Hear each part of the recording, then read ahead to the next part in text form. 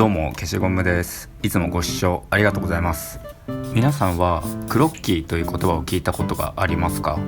これは短い時間で対象を素早くスケッチする練習方法です。目の前のものをただひたすら描くことがこのクロッキーの醍醐味です。この練習を繰り返すことで観察力が鍛えられ、いざという時に素早く描けるようになります。ということで、今回はこの練習を兼ねてとある有名な佃煮屋さんの外観を10分でスケッチしていこうと思います。いつも一つの建物を描くのに30分ぐらいかかるので、この10分というのは私にとってとても短くいい練習になると思います。それではやっていきます。消しゴムチャンネル。ではまずは今回使用する画材について紹介します。スケッチブックですけども、ターレンスのスケッチブックを使います。そして線画には僕がいつも愛用しているピグマの 0.05mm を使用します。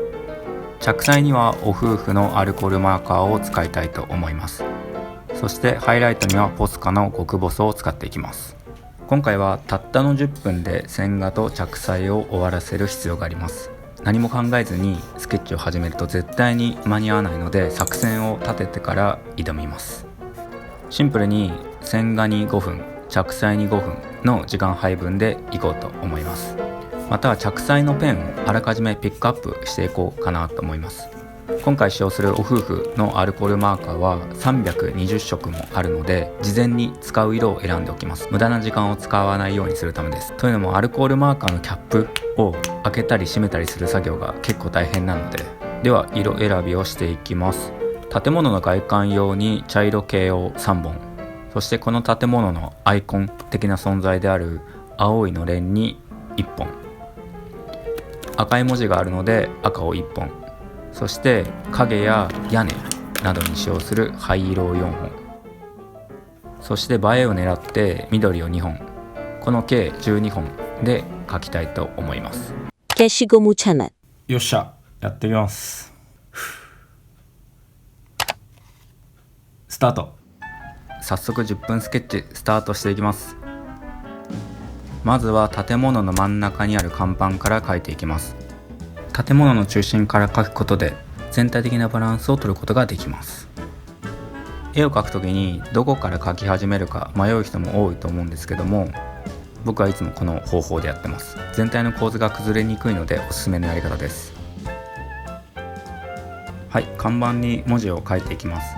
参考写真を見ると看板が渋い灰色で文字が白色です。このため線画ではここに文字を入れるということが分かればいいので、簡単に書いていきます。それにしても文字が汚いですね。小さい頃から字を書くのが本当に苦手で、これでも一生懸命なんですけどね。さて、建物の真ん中が描けたら次に屋根を描いていきます。この建物は風情のある瓦屋根なんですけども、時間がないので細かくは描きません。続いて1階と2階をつなぐ部分を描いていきます。ここも同様に瓦屋根が使われていますね。先ほどの屋根と同じなんですけども、ここは少しだけ丁寧に描いていきます。というのも参考写真が道路から見上げる構図なので、この部分は先ほどの屋根と比べて相対的に大きく見えて描く面積が広くなるんですね。適当に描くと大雑把に見えすぎてしまうので、少しだけ時間をかけて描いていきます。この書き込みのバランスもクロッキーでは大事なポイントですね。さて、いよいよ1階部分です。ここは入り口の扉や小さい看板、張り紙など書き込みたいものがたくさんあるので、時間をいっぱいに使ってなるべく詳細に書いていこうと思います。特にこの佃煮屋さんのシンボルともいえる大きな青いのれんもしっかり書いていきます。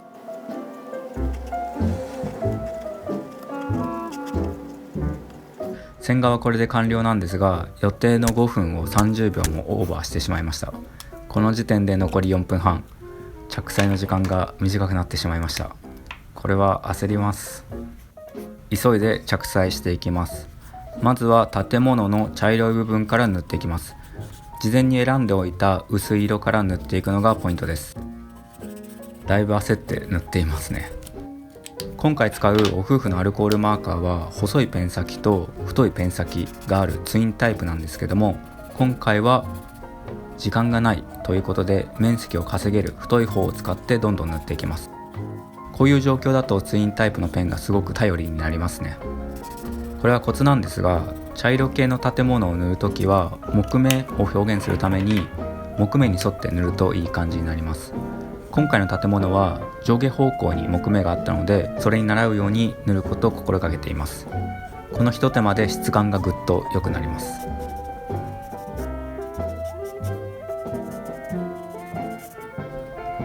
次は青色を使って店名が書かれたのれんを塗っていきます。屋根にも少しだけ青を入れて色に統一感を持たせています。全体に色がごちゃごちゃにならないようにして使う色を意図的に絞るのも早書きのコツかもしれません。ここで一度全体のバランスを見ます。参考写真にはないんですけど、建物の両脇に植物を足すことにしました。ちょっと寂しいかなと思ったので。こうやって完成した絵を想像して足りないものを付け足したりいらないものを消したりできるのが絵を描くことの最大のメリットだと思います。写真だとリアルなものしか写せないですからね。まさにこれが絵の醍醐味です。次にグレー系の色を使って影を表現していきます。別の動画でも話したんですけども、影は建築スケッチにおいてとても重要なので、色の濃さが違う4本を使い分けて立体感を出していきます。そして一番薄いグレーで屋根や看板もささっと塗っていきます。細かいところは気にせずどんどん塗っていきましょう。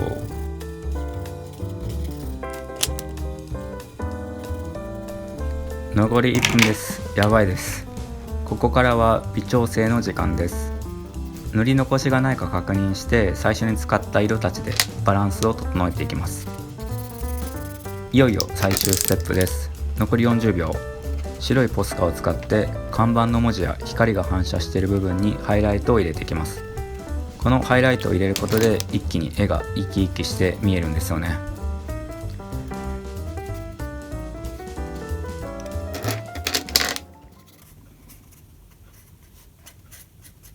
タイムアップ終了です。はい、いや本当にあっという間でした。もっと書き込みたかったんですけど全然足りなかったです。実は僕スケッチが終わってから描いた絵の隣に使用したペンの種類を書き込むようにしています。こうすることで後から見返した時どんな色を使っていたかすぐに分かります。似たような建物をスケッチするときに同じ色を使えるので、これは結構使える、テクニックではないですけども、ぜひやってみてください。そしてもう一つ、実は時間制限なしで同じ建物をスケッチしてみました。今タイムラプスで映しているのが時間無制限で同様の建物を描いているスケッチ風景になります。このスケッチはだいたい1時間ぐらいかけて描いたかな、確か。やっぱり時間無制限だと描いてて楽しいですね。10分スケッチと全く同じ色を使ってるんですが、比べてみると全然違いますね。時間をかけて描くと影のグラデーションや建物の細かな装飾まで表現できます。ということで今回は10分で建物をスケッチするチャレンジを通して早書きの面白さや短時間で描くことのメリットをお伝えしました。この動画が良ければぜひチャンネル登録と高評価をよろしくお願いします。それではまた次の動画で会いましょう。バイバイ。